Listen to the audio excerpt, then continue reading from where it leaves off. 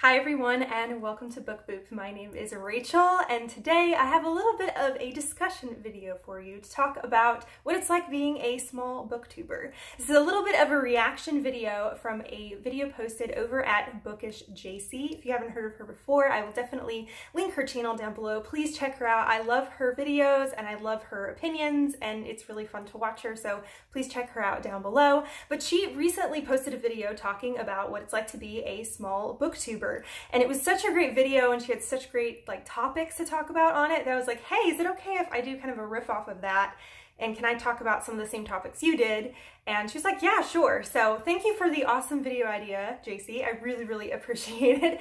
But I wrote down kind of the things that she talked about in her video to kind of just talk about them as well and just kind of take a moment to think about what it's like being a small booktuber and kind of the things and hurdles that you deal with and just what it's like being a small YouTuber slash booktuber on YouTube. So the first thing that she brought up is that sometimes it feels like you're making videos for no one but you. And to be honest, sometimes it does. When you are a smaller booktuber, you don't have a whole lot of people watching your videos. Sometimes it does kind of feel like you're making your videos just for you, which, yes, is a good thing. The reason I started this channel is to meet other people and other bookish people that like to read similar books I do, so I have people to talk to about books. But it's also for me, right? I mean, I'm making these videos because I enjoy making them. I'm making them because I enjoy talking about books. So it is about the content that you personally want to create. But also, you make the content hoping that people will watch it and hoping people will actually have opinions on it and have conversations with you. And sometimes either you have some comments, very little comments, or even no comments. Sometimes it can feel like nobody's watching your videos and you're just putting something out there and just talking to a brick wall. That can feel like that sometimes, especially when you first start out and you have very minimal amounts of viewers and subscribers. Even if you have a big subscriber count, that doesn't always mean you have a high watch count, if that makes sense. I always notice that even with people that have huge amount of subscribers, like 1 million subscribers, if you look at the watch count of their videos compared to how many subscribers they have, it's actually a pretty small amount. And that's true for, honestly, any booktuber or YouTuber. Even if you have a small channel, you won't always have the matching amount of views that you do with the amount of people that are subscribed, which is very true. Most of my videos have under 100 views or so, especially within the first couple of weeks that a video is out. And sometimes I don't get a whole lot of reactions from my videos and it can feel like you're talking to a wall. So that can be hard to get over sometimes. You kind of just have to get over yourself and be like, it doesn't really matter if nobody's overly watching my videos or talking on them. It's like, I'm making them because I enjoy making them, and it's okay if the video doesn't do that great, but sometimes it can feel like you are talking to a wall. Another thing she said is, this one hits so hard for me. This hits so close to home. You're expected to upkeep and be a part of every social media platform. My goodness. To be successful on YouTube, you not only need to be a YouTuber, you also need to be really good at Instagram. And not just Instagram taking pictures, you have to be good at creating reels and stories on Instagram. And there's Instagram TV, right? And then you also have Twitter. You're expected to have a Twitter account. Nowadays, you're also expected to have a TikTok account as well. So you're expected to have all these different media platforms, these social media platforms. I am so opposite of that. I just want to do YouTube. That's it. I have an Instagram account for this channel, which is linked down below. However, I haven't posted on it in an extremely long time. Why?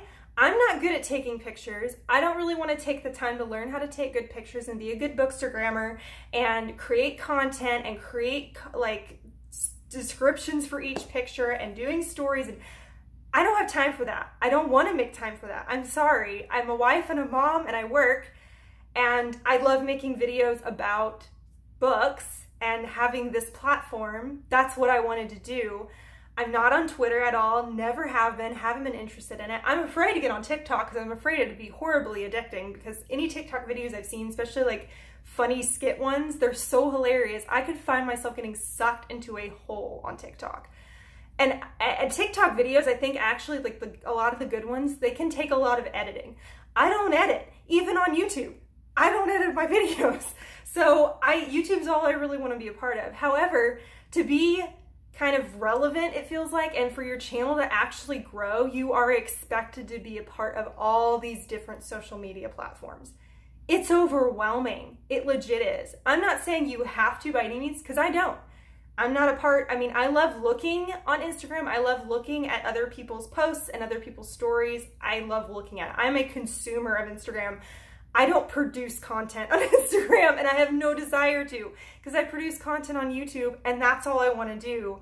But yeah, if you see any other like larger YouTubers, even booktubers or whatever, what have you, they all have all these different social media accounts and they're expected to upkeep on all these social media accounts, which to me makes sense if it's your job, right? If you are a professional YouTuber, like that's your job, that's where you make your income, you make your money, it makes sense that you would also use those social media platforms to help push your YouTube channel and so on and so forth. So that to me makes sense.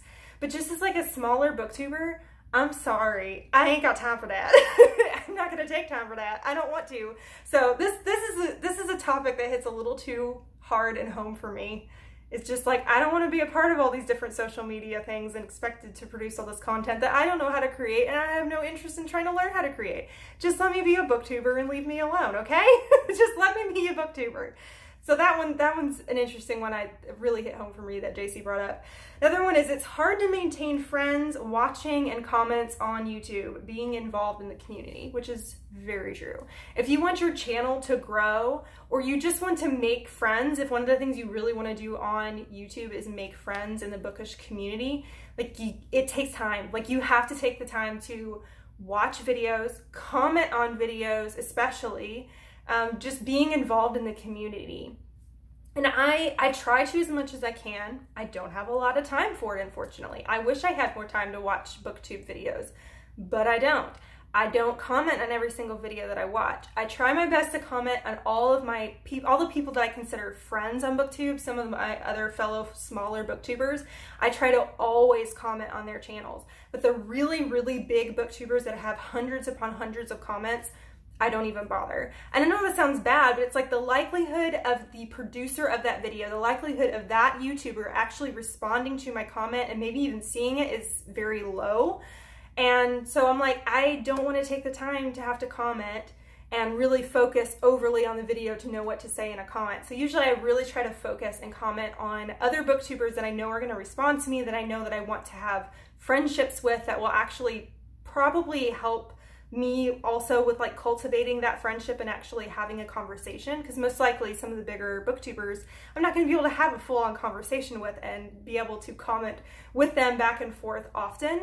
So it can be really hard to really be a part of the community, because it takes time. You don't just make the content and deal with whatever is on your channel. You also have to be a part of the booktube community. You gotta be a part of finding new people to watch, taking the time to watch the videos, taking the time to comment on the videos. It takes work, legit. It takes work. It's hard. You have to put in the work to make friends, to comment on people's videos, to watch content. And in turn, if you do those things, you also obviously get more people interested in your channel, because they're like, oh, I talked with you, let me check your channel out, and they get to know you better. So that's another way to like expand your channel, and you kind of are expected to do that. But also, if you want to be part of the community, like it takes work. It doesn't just happen. Like you have to take the time for all of it, which is very true. It's very time consuming. Social media in general is a very time consuming thing, and it's really not that healthy. I'll be honest. All right. Booktube is such a big community. Lots of people to meet and newcomers every day. This is a positive of it, I would say. I didn't realize how big Booktube was when I first heard about it. So I heard about Booktube. I looked up online trying to find like podcasts or something to listen to that were book related. I was like really getting into reading again. I was like, man, I really wish I had some other people I could listen to or talk to, because at the time I didn't have really any personal like close friends that also were readers. And so I was trying to look up this stuff, and then I saw this word being used called Booktube, and I thought that was like a completely like a different website or something. And then I ended up figuring out that it was actually like a niche community on YouTube itself. The first person I watched was a Dash of Ash, and I watched her videos, and like right after I watched them I was like, I want to do this. It's like I want to talk about books. And so that's how I ended up starting my channel.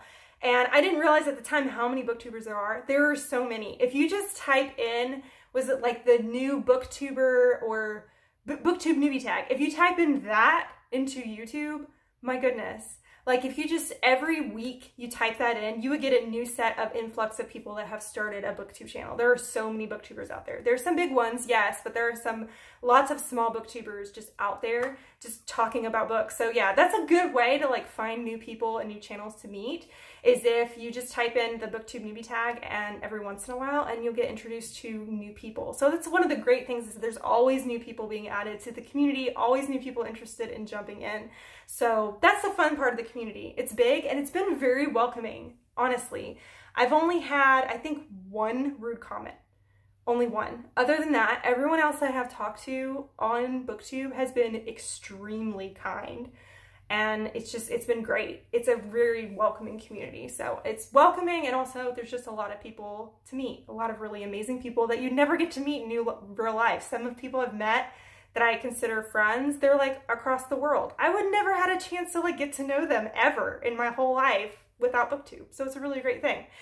Would be hard to grow if not reading the popular reads, aka YA, which is very true. So most of Booktube is centered around young adult books, I would say. I'm not saying every single Booktuber only does YA, but that is kind of the major niche of Booktube, is YA. Part of that is the demographic of Booktubers. Currently, I am 32 years old. I had to think about it for a second. So I'm definitely not within the YA range. I do read a lot of YA. I also read middle grade, and I also read adult. However, a lot of Booktubers usually are on the younger end, so they're used to consuming YA. Also, YA usually is pretty heavily pushed in general in the book community, whether it's Bookstagram or book Twitter stuff or whatever. Usually YA books are really pushed quite a bit, and that's definitely true on Booktube. And I will say, I'm not saying that a channel can't do well if you're not talking about YA books, but I will say it can be hard to expand your channel or to catch people's attention unless you're talking about either current reads or popular reads. I've seen some other Booktubers that really focus on like heavy adult fantasy or really hard-hitting fiction, like contemporary or things like that, or nonfiction. There are niche Booktubers out there, but I will say, kind of, if you look kind of at the bigger name Booktubers, the celebrities of Booktube world, let's say, they're usually focusing a lot on YA. I will say that. So I will say it's kind of hard to kind of get into Booktube and to grow your channel if you're not reading the popular reads. At least that's what it feels like. I don't know if that's 100% accurate, but that's what it feels like when you're a Booktuber. Like, there's certain types of books you need to be reading to be relevant. Added pressure not to give up on a book. Very true. Especially if you do TBR videos like I do. Well, most people usually do a monthly TBR video, and there can be some pressure when you set that TBR and you're like, I gotta get to all these books. And especially if it's a book you're excited about, maybe you've hyped it up on a video and you're like, man, I'm so excited about this book, and you start it and you're like, this is terrible, but you keep pushing through because you said you were going to read it, and you want to be able to review it in its whole form, right? You want to be able to say exactly why. If you get to the end of it and you still hate it, like exactly why you didn't like it. Or you're like me and you're like, everybody loves this book, surely there's got to be something redeeming, and you push through it and you push through it and you push through it thinking surely at some point, and then sometimes it does, and then sometimes it doesn't. So it can be a lot of pressure sometimes to read in whole each book that you say you're going to read. Granted, that is a pressure that I put on myself, or you put on yourself when you have your own channel. Nobody's going to come for you if you don't read the book that you say you're going to read. It's okay. It's okay to say, you know what? I tried this book. I got this such and such way into it. Wasn't feeling it. Not for me. And then that's okay. Or even to be like, you know what? I said I was going to read this book this month, but you know what? I changed my mind. It's not hitting me. I'm going to wait for another time to read it. That's okay too. It's hard to tell myself that's okay because I keep telling myself I need to read it. So it can put some added pressure on what you say on your videos. If you say you're going to read something or do something, you've got that added pressure of accountability. Like these few people out there who have watched my videos, even if you don't know any of the people that watch them, you're just like, somebody saw me say that and I better do it. It's that added pressure. Okay, let's see the last one here. Pressure to be high quality with editing in general, or the look of your videos, and also to be unique. This is one I think I added to mine JC talked a little bit about how she kind of discovered her love of editing while doing her videos. That I'm not able to talk about necessarily because I don't edit my videos. I did when I first started and it was too much. It was too much pressure. I quit Booktube for like a couple weeks and revamped the idea of my channel of just doing it like I do now, which is I just video it and upload it and I don't edit at all. So I can't say like I have like a love of editing because I don't, because I have a very big hate of it because it was overwhelming and stressful. I am amazed about what people are able to edit. I'm amazed about like the gorgeous B-roll people shoot and the pretty music they put in their videos. Like I love watching them.